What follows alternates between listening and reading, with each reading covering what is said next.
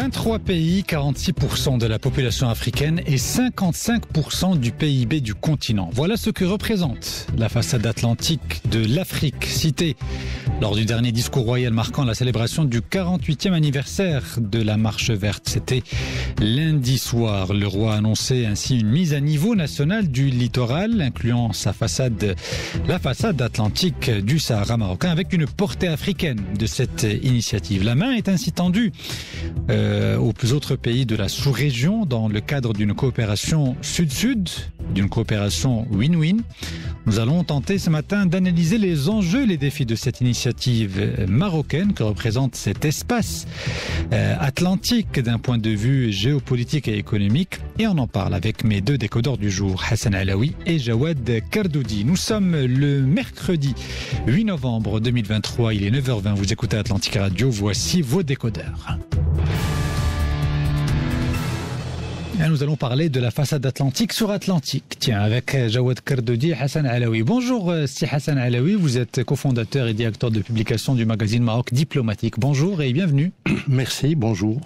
Et Jawad Kardoudi à ma gauche, vous êtes président de l'IMRI, l'Institut marocain des relations internationales. Bonjour, si Jawad. Bonjour, c'est Abdelali. Alors, nous allons revenir justement sur ce discours royal prononcé par le souverain lundi à l'occasion, comme je l'ai dit en introduction, de ce 48e anniversaire de la Marche verte, où la question du Sahara a été évoquée, mais à travers le prisme de la façade atlantique du royaume.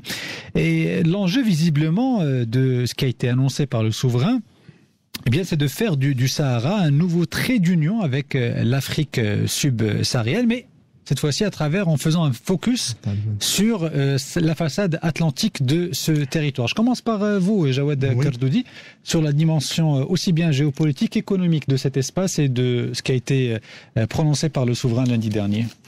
Alors, tout d'abord, c'est une innovation. Et je crois que c'est la première fois que Sa Majesté le roi Mohammed VI parle de cette façade atlantique. Et il faut dire que dans le passé, on l'avait un peu oublié, surtout lorsqu'on a construit Tanger-Med, où tout était, si vous voulez, centré sur la Méditerranée. À juste titre, Sa Majesté a dit attention, bien sûr, il y a la Méditerranée, mais il y a l'Atlantique, et l'Atlantique c'est très important parce que ça nous donne encore des possibilités, des perspectives à la fois sur l'Afrique, donc sur la façade africaine de l'Atlantique, et il a ajouté aussi sur l'Amérique, et je pense que c'est très important que le Maroc se diversifie également vers l'Atlantique, non seulement vers l'Atlantique Nord, mais aussi vers l'Amérique latine. Hassan Alaoui, votre avis sur cette question de la façade atlantique et de la façade atlantique du Sahara marocain et comment peut-on en faire justement un atout pour le Royaume dans sa politique de voisinage avec les pays du Sud? D'abord, je veux mettre en évidence une réalité géopolitique qui est devenue donc aujourd'hui une force géopolitique du Maroc, qui est sa vocation maritime, bien entendu. Sa vocation maritime qui a été négligée, bien sûr. Et n'empêche, le roi avait conscience de cette dimension. La preuve, c'est qu'il a fait construire, évidemment, il a fait bâtir un projet énorme qui est celui donc de Tanger-Med, et en amont et en aval, si on peut dire, Dakhla, n'est-ce pas, qui va être un petit peu le prolongement, si vous voulez, de cette vocation. Et bien entendu, le Maroc, c'est un pays maritime. Nous avons eu des voyageurs qui sont allés jusqu'en Chine, comment séparer Ibn Battuta et tout. La géographie nous l'impose, 3500 km de côte. Et aujourd'hui, cette réalité donc est revenue sur le terrain, sur la table. Et n'oublions pas que ce n'est pas nouveau. Bien entendu, le roi avait toujours en tête cette dimension. Les gens qui travaillent avec Sa Majesté, dont l'Halimi, avaient déjà en 2011, je ne sais pas si vous vous souvenez, organisé une conférence à Srerat. Et il y a quelques années, une autre conférence qui a réuni Pardon. Oui, sur ce point, parce que justement, en faisant une petite revue de presse ce matin pour préparer cette émission, je suis tombé effectivement sur un article très intéressant de nos confrères du matin qui nous parle de ce processus qui a commencé en 2009 à Rabat. C'était le processus des États africains atlantiques qui est né à Rabat. Ouais. Après quelques années de léthargie, il a été ressuscité en juin 2022 sous l'impulsion du Maroc et ça a été réaffirmé par le souverain dans son discours. Je me souviens, puisque moi j'étais au matin, je dirigeais la rédaction du matin. Oui, je sais, c'est pour ça que on en avait parlé longtemps. Donc c'est un projet qui a une continuité, si vous voulez, et grâce évidemment à la pertinence et surtout. Mais ça c'est bien de le rappeler parce que les gens pensent que c'est une idée qui vient de naître là il y a 2-3 jours. Non, dans la tête de Sa Majesté, l'Atlantique représentait beaucoup. La preuve, c'est qu'en 2004, il est parti faire une tournée en Amérique latine où il a visité pratiquement une dizaine de pays, le Mexique, tout. Je veux dire bien sûr les États-Unis, tout. Et la vocation marocaine, je veux dire atlantique du Maroc, ce n'est pas inédit. Elle a plusieurs, dizaines d'années et si on veut remonter loin, des siècles même, parce que le Maroc avait évidemment été N'oubliez pas que au XVIIIe siècle, il y a eu un phénomène incroyable, c'est que les États-Unis, le président des États-Unis à l'époque, le fondateur des États-Unis, avait sollicité le roi du Maroc, le sultan Abdallah, pour aller, libérer des prisonniers américains attrapés, par les Turcs, n'est-ce pas, dans la Méditerranée. Et donc, c'est les bateaux marocains qui sont partis pour libérer, si vous voulez, ces prisonniers turcs. Donc déjà, cette vocation séculaire et maritime du Maroc, elle existait. Les bases sont aujourd'hui renouvelées parce que la vision royale aujourd'hui, c'est quelque chose d'inouï. Tout simplement. Parce que, évidemment, non seulement elle a un double objectif, bien sûr, renforcer la vocation maritime du Maroc, faire un État puissant, un État maritime, je veux dire, et en même temps, faire profiter les populations africaines. C'est-à-dire, nous n'allons pas dans une récurrence égoïste, quelque chose comme ça, n'est-ce pas, comme font l'Europe ou quelque chose comme ça, uniquement tracer le plan sur la comète d'une géographie maritime. Non, on va faire profiter les pays africains enclavés. Et c'est ça la nouveauté du discours royal qu'il faut mettre en évidence, en exergue. C'est ça. Et c'est aussi peut-être dans ce cadre-là que se construit ce projet de méga pipeline reliant le Nigeria jusqu'au Maroc. Oui, vous terminez. La vocation du Maroc, la vocation du Maroc, bien sûr, en échange. La vocation du Maroc, c'est que Sa Majesté a une vision absolument solidaire, si vous voulez, du progrès, des avancées stratégiques. Et la preuve en est que il associe. Il se propose d'intégrer les pays africains, qui sont au cœur de l'Afrique, qui n'ont pas d'accès à la mer. Et en même temps, il y a autre chose très important, c'est que le Maroc construit un modèle qui n'est pas celui de nos voisins algériens, n'est-ce pas, de mettre en place un État voyou comme le Polisario qui va fabriquer des... Restons sur la façade atlantique. Non, mais c'est ça, parce que c'est ça. On va parler du Sahara. Le Sahara, c'est l'Atlantique. Oui, mais qu'est-ce que vous racontez Non, mais je ne vous dis pas qu'est-ce que vous racontez. Non, mais l'objectif on aussi, n'est pas obligé de les citer à chaque fois. L'objectif, et Sa Majesté l'a dit, l'objectif, c'est faire vraiment affirmer ce tracé géographique maritime qui va, maintenant j'arrête, jusqu'au Nigeria, et ce n'est pas gratuit. Alors justement, ce qui est intéressant, vous dites ce que vous voulez, hein, vous savez, je suis là pour le faire. Celui qui oserait dire à Hassan El-Alaoui de ne pas dire ce qu'il a envie de dire n'est pas encore né, moi je le sais. Mais tout ce que je vous dis, c'est que il me semble, à mon humble avis, que le sujet le plus important dans cette discussion, c'est qu'a le Maroc à gagner, qu'ont les États africains de la sous-région à gagner à travers justement une coopération sud-sud via cet espace géographique qu'est la façade atlantique. Le pays que vous avez cité, l'Algérie, n'a pas de façade atlantique. Donc laissons le problème de l'Algérie de côté. On en parle régulièrement, toutes les semaines. Aujourd'hui, parlons de cet espace géographique. La chère Algérie veut construire un État voyou sur la côte atlantique marocaine. Mais ça, on le sait.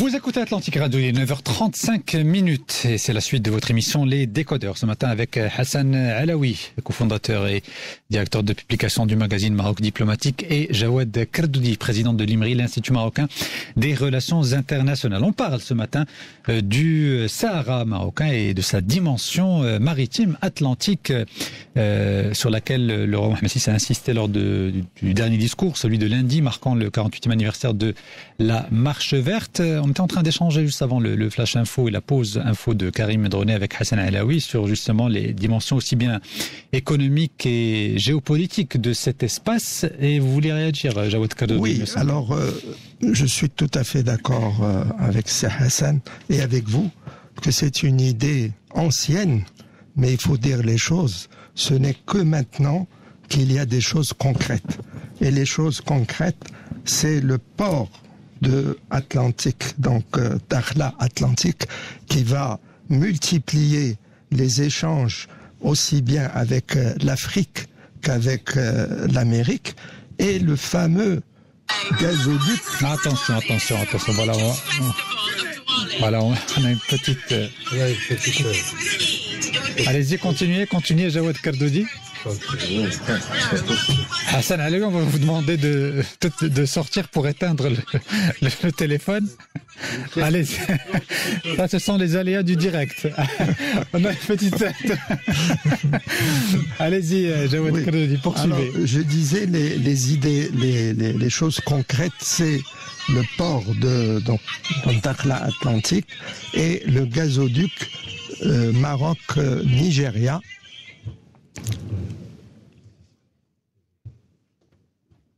Allez-y, si qui va traverser, et ça il faut bien insister là-dessus, 12 pays africains, et qui va leur apporter l'énergie et notamment l'électricité. Parce que beaucoup de pays en Afrique et beaucoup de populations ne disposent pas de l'électricité. Et une idée aussi que je partage, c'est Sa Majesté le Roi a parlé d'une flotte nationale de marine marchande. Oui. Ça, c'est très important, parce que lorsque j'étais à l'OCE, il y avait la Comanave, qui était donc une flotte nationale, et malheureusement, elle a été rachetée par des étrangers, et depuis, on n'a plus de flotte nationale. Et donc, je suis très content que Sa Majesté ait rappelé cela, et je pense que dès maintenant, les investisseurs vont s'intéresser à ce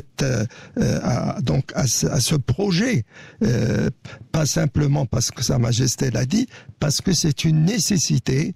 Le commerce marocain est à 95% par voie maritime, et il est anormal que toutes nos marchandises sont transportées par des bateaux étrangers. Ça rejoint ce que disait aussi Hassan Alaoui tout à l'heure sur justement, il déplorait le fait que le Maroc ait entre guillemets délaissé sa puissance relative, mais qui existe, la puissance maritime, et l'exemple que vous donnez effectivement à travers la flotte nationale qui a disparu au fil du temps n'en est que l'exemple. Maintenant, tout l'enjeu, c'est de peut-être retrouver cette puissance maritime et d'en faire un levier de croissance et de coopération avec les pays de la sous-région.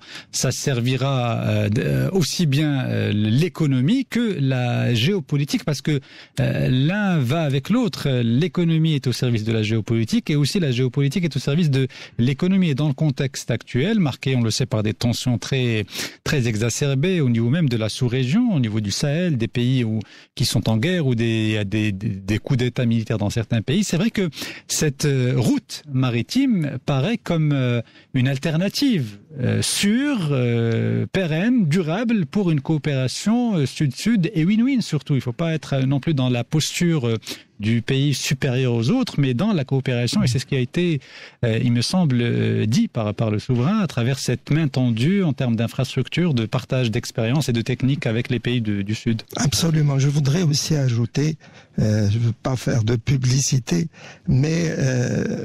n'en faites pas, non, ne faites pas de publicité. Alors, un think tank, non, je parle simplement d'un think tank de Rabat, travaille beaucoup sur cette question.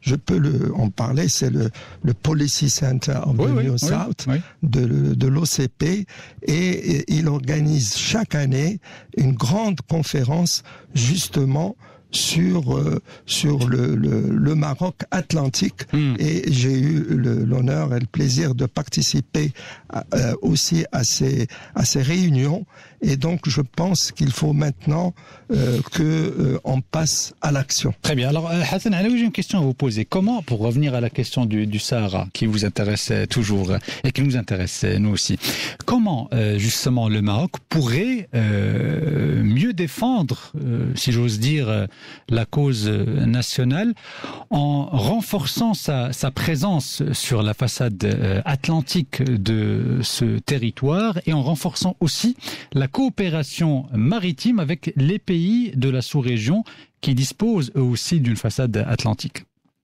Vous savez, moi je parle d'un principe, c'est que la planète est recouverte, si vous voulez, par 71% d'océan.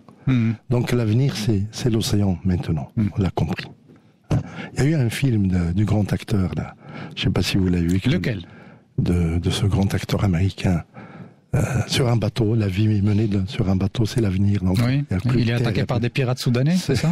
Voilà. Non, mais si on pense au même film, oui, avec Tom Hanks. Donc, soit 71% donc des océans qui couvrent la planète. Et le Maroc, je dirais, je me permets de dire, il a négligé un peu cette réalité. C'est ce que je disais tout à l'heure. Donc, il a négligé. Aujourd'hui, on se tourne parce qu'on découvre qu'effectivement, c'est la force. Et la force, vous me posez la question, qu'est-ce que le Maroc peut faire? Le Maroc, d'abord, il construit un port immense à Dakhla. Moi, je l'ai visité, c'est quelque chose d'inouï qui va être un petit peu le parachèvement géopolitique. Alors vous qui l'avez vu, parce que moi j'ai pas eu la chance de le voir, mais est-ce que c'est tout aussi impressionnant, imposant que celui de Tanger? Absolument. C'est le trafic maritime va passer par là, interafricain.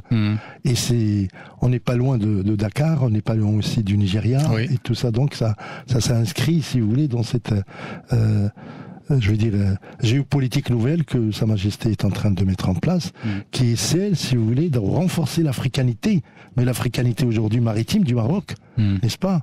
Parce que c'est pas simplement transporter le gaz ou le pétrole ou quelque chose, c'est aussi créer des infrastructures. Il a insisté dans son discours sur ça. Donc des routes, des autoroutes, des trains s'il le faut un jour ou quelque chose comme ça, des voies aériennes, et de toute manière une espèce d'intégration continentale, n'est-ce pas, qu'il a la chance, si vous voulez, de faire le seul aujourd'hui, et évidemment de camper un petit peu la région du Maghreb, de la sortir de cette léthargie où il est, et le Sahara joue un rôle important. Les infrastructures, nous sommes évidemment un pays qui évidemment développe et connaît un petit peu les politiques, je veux dire, d'infrastructures. Donc nous sommes capables de conduire tout ce qu'il faut conduire, je veux dire, en termes de produits, en termes de logistique et tout, vers ces pays, je veux dire, du Sahel par exemple, où aujourd'hui ils sont évidemment, je veux dire, prisonniers, si vous voulez, d'un schéma terrible, un schéma d'enfermement. Et donc, voilà comment le Maroc va faire. Le Maroc change de cap. Maintenant, il y a l'autre versant, le versant directement vers l'Atlantique. N'oubliez pas que la visite en 2004 en Argentine, au Chili, de Sa Majesté, c'était aussi justement pour souligner, mettre en évidence la vocation, je veux dire, atlantique du Maroc, la vraie, la réelle, ça ne se fabrique pas, elle est là, n'est-ce pas? Nous avons déjà une coopération avec le Brésil. Le Brésil, c'est un pays très important. Oui. Mais c'est vrai, non, c'est vrai, vous avez raison, mais c'est vrai que quand on regarde la planète, justement, c'est vrai que tout naturellement, spontanément, on se sent beaucoup plus proche, et c'est une réalité avec les pays africains de la sous-région qu'avec les pays d'en face. Absolument. Même si effectivement cette coopération existe aussi bien avec le Brésil qu'avec les États-Unis, mais peut-être qu'on n'a pas assez vu de notre côté. L'océan Atlantique, qui était carrément un obstacle, aujourd'hui devient un pont intercontinental. Et le Maroc a encore à souligner sa vocation. Je reviens à cette histoire que vous n'aimez pas. Laquelle? Simplement du Sahara, parce que le Sahara. C'est pas que je l'aime pas, mais c'est dire n'importe quoi. n'est pas à l'ordre du jour. Le Sahara, au lieu d'être un objet de conflit, va être, si vous voulez, une plateforme de progrès et de partage. Oui. Voilà. Il y a aussi une phrase que j'ai lue ce matin qui va dans le sens de ce que vous venez de dire à l'instant. La question du Sahara n'est pas seulement une cause à défendre, mais également un vecteur de rayonnement stratégique du royaume. Et ça a été dit par notre décodeur Azdine Hanoun. Un dernier mot sur ce premier sujet, Jawad Kardoudi, allez-y. Très rapidement, une chose très importante, c'est les pays du Sahel. Ça, c'est très important. Ce sont des pays pauvres. Ce sont des pays dangereux et Sa Majesté a indiqué que le Maroc ferait tout son possible pour donner l'accès. C'était très important parce que souvent c'est des pays qui n'ont pas cet accès justement à l'océan. Donc donner l'accès de ces pays du Sahel à l'océan. Ça, c'est la chose la plus importante à mon avis. Alors nous allons passer au deuxième sujet. Puis, si vous permettez, juste pour terminer, c'est finalement, il faut le dire, nous sommes là pour dire la vérité, c'est à cause du Sahara aussi que notre action a été portée notamment vers l'Amérique latine, qui était beaucoup travaillée par le Polisario. Il faut dire, c'était parce qu'il parlait espagnol. Ça fait plaisir à Hassan Alaoui. Bien sûr. Et il parlait espagnol et donc ils les ont fait beaucoup.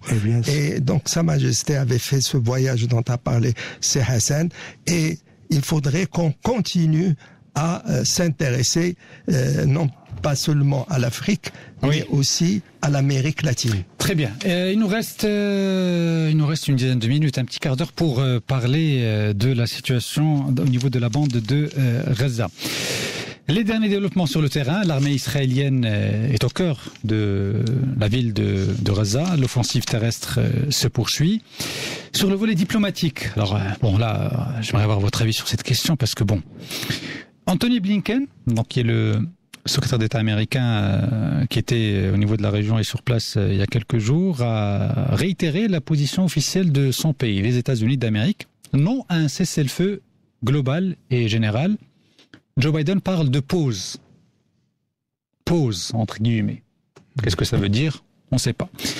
Dans le même temps, Benjamin Netanyahou, le Premier ministre israélien, a en quelque sorte détaillé son plan, ses motivations, ses ambitions, ce qu'il veut faire sur le terrain.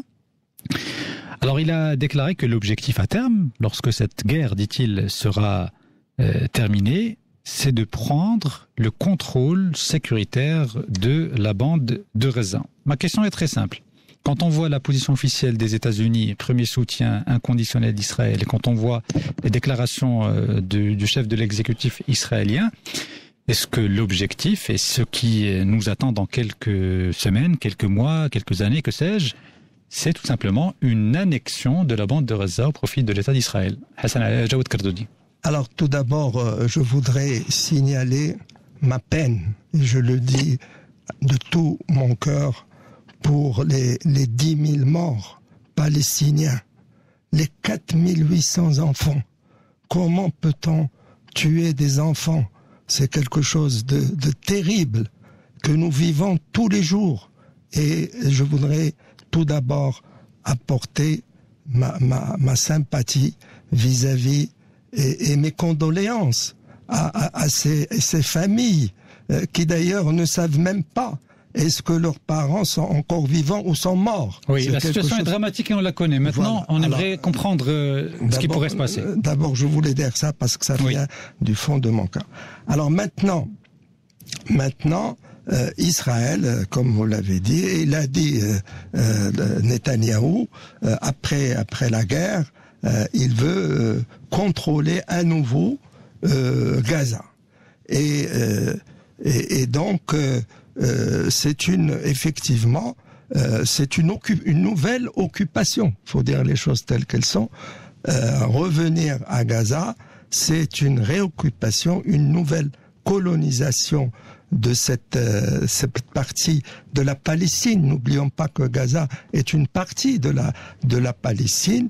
Et donc, ce que je crains, c'est que c'est la seule idée politique, parce que après la guerre, il faut effectivement trouver des solutions. Il faudra négocier. Après, on se pose la question de savoir qui peut négocier, avec qui, d'un côté et de l'autre. Aujourd'hui, on a du mal à imaginer une issue politique avec le Hamas d'un côté et Benjamin Netanyahou de l'autre. On a du mal à l'imaginer. Au moins le dire. Au moins dire, très bien. Après la guerre... il faudra qu'on trouve une solution politique avec les Palestiniens. Mais même ça, ils ne le disent pas. J'aimerais avoir l'avis de Hassan Alaoui.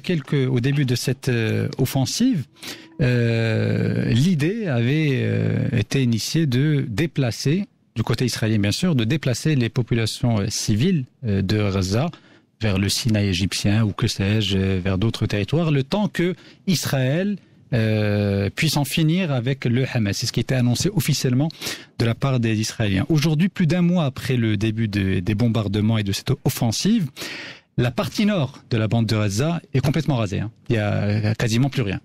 L'armée israélienne a pénétré le territoire de l'enclave palestinienne et Benjamin Netanyahou vient de déclarer il y a quelques heures, il y a deux jours, voilà, que à terme son objectif c'est de avoir un contrôle sécuritaire total sur la bande de Gaza. Est-ce qu'on se dirige vers une annexion ? Tout ce que vous venez de dire, c'est de l'information, bien sûr. L'information continue, l'information quotidienne et tout.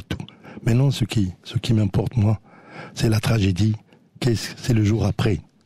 Quand il aura mis la main, évidemment. C'est ça le sens de ma question. Voilà. Qu'est-ce qui va se passer ? Qu'est-ce qui va se passer ? Il va se passer rien. C'est une colonisation terrible, n'est-ce pas ?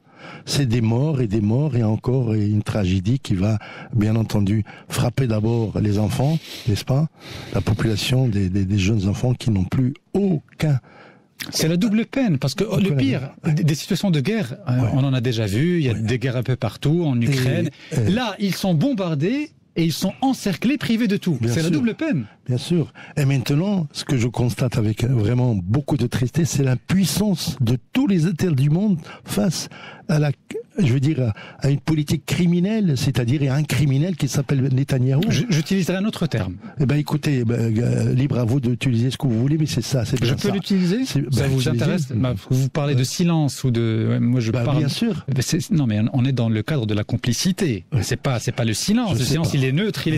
Là, on est complice d'un génocide. C'est la passivité Quand criminelle. le secrétaire d'État américain déclare officiellement que son pays s'oppose à un cessez-le-feu global, qu'est-ce que c'est que si ce n'est une complicité? C'était il y a 4 jours ou 5 jours. Ah oui, parce qu'il n'y avait pas encore ces atrocités maintenant qui nous sont jetées sur la figure. Ces horreurs, n'est-ce pas? Et c'est terrible. Ça, c'était il y a 4 jours. Aujourd'hui, le problème est là. C'est que les États-Unis, ils avaient suivi, ils étaient dans les pas de Netanyahou, qui disait qu'il faut neutraliser le Hamas, ensuite pour passer à une autre... Ils le sont toujours. Voilà. Ils le sont toujours. Mais non seulement ils n'ont pas réussi à éliminer totalement le Hamas, n'est-ce pas? Et ensuite, les États-Unis comprennent que, ça va leur coûter cher. Les élections arrivent pour Biden, n'est-ce pas? Blinken a beau aller 2, 3 fois ou 4 fois se déplacer, faire la navette entre Washington et le Moyen-Orient, ça ne réglera rien. Je disais la fois dernière ici sur ce plateau qu'il faut une conférence internationale, qu'il faut un arrêt, des atrocités, qu'il faut mettre au pas le régime de Netanyahou et sa politique, bien sûr, sa politique criminelle, parce que c'est ça. Jawad Kardouzi. Moi, je crois qu'effectivement, la solution ne peut être que politique. Mais avec qui? Alors, je viendrai sur cela. Et je voudrais aussi dire, Israël n'a jamais eu des sanctions, n'a jamais été sanctionné. Et ça, c'est la faute de l'Occident. Par exemple, lorsqu'ils ont colonisé la Cisjordanie, qui dépend, elle, de l'autorité palestinienne, eh bien, l'Occident, États-Unis et Europe, n'ont pas sanctionné. Et évidemment, ce n'est pas maintenant. Maintenant, c'est encore le temps de la guerre. Moi, ce que je pense, c'est après la fin de cette guerre, il faudrait intimer à Israël l'ordre de faire des négociations avec les Palestiniens, sinon des sanctions seront prises contre Israël. Et je voudrais faire une comparaison très rapidement. C'est comme l'Afrique du Sud. L'Afrique du Sud, quand est-ce que ce pays a eu son indépendance? C'est lorsqu'il y a eu un boycott général des produits de l'Afrique du Sud, et c'est ce qui a permis à ce pays d'avoir l'indépendance et aussi d'éradiquer l'apartheid, parce qu'il y a de l'apartheid en Israël. Donc pour moi, la seule solution, c'est les sanctions. Hassan Alaoui. Alors moi, il y a beaucoup plus grave que ça. C'est quoi? C'est qu'il s'agit d'un terrible constat. C'est que Netanyahou est en train de travailler contre les Juifs lui-même. Ah oui. Est en train de créer quelque chose d'inouï. Une déferlante, j'allais dire, pas d'antisémitisme. Mais c'est le cas. C'est le premier vecteur, Benjamin Netanyahou est le premier vecteur de développement de l'antisémitisme dans le monde. Dans tous les pays du monde, il y a un soulèvement contre Netanyahou, spécialement. Peut-être pas contre le peuple juif, mais le peuple juif va subir les affres de cette politique aveugle. Et ce qui est dommage et paradoxal aussi, parce que justement, il travaille contre les intérêts de son propre peuple, parce que juste avant le début de toute cette affaire, il y avait une lueur d'espoir. On commençait à voir des États arabes qui discutaient, négociaient, parce que le dialogue est toujours très important. Vaut mieux dialoguer que de se faire la guerre. Là, avec tout ce qui s'est passé, avec l'aggravation de la situation de la part de l'armée israélienne, tous ces espoirs, franchement, moi, je ne vois pas une issue favorable après ça. Même si, bon, après chaque période de chaos, l'histoire est là pour nous le rappeler à chaque fois. Les meilleures périodes de pacification, les meilleurs accords de paix, les meilleures périodes où la stabilité a régné dans le monde, c'était juste après des phases de chaos, ce que nous sommes en train de vivre actuellement. Le temps est fini, vous avez un dernier mot à rajouter ou bien je disais que maintenant, aujourd'hui, il y a une déferlante anti-israélienne qui est en train de se... je ne sais pas comment dire, c'est-à-dire de gagner toute la planète. Et évidemment, ce n'est pas bon à terme ou à moyen terme pour le peuple israélien. Mais visiblement, ce n'est pas assez pour que Benjamin Netanyahou change de posture ou de choix politique ou de choix militaire, malgré les condamnations, les dénonciations. Effectivement, si on regarde à l'échelle planétaire, une grande majorité de la population mondiale s'oppose et ne peut que s'opposer parce que une once d'humanité en elle s'oppose à ce qui se passe au niveau de la bande de Gaza. Non, c'est fini, il est 10h sur Atlantic Radio, c'est la fin de cette émission. Ça sera pour la prochaine fois, Jawad Kardoudi. On a largement débordé sur le temps qui nous est imparti. Merci beaucoup, Jawad Kardoudi. Merci, Hassan Alaoui. On poursuivra le débat la prochaine fois. Dans quelques instants, le retour de l'information en langue arabe avec Mourad Baba. Excellent.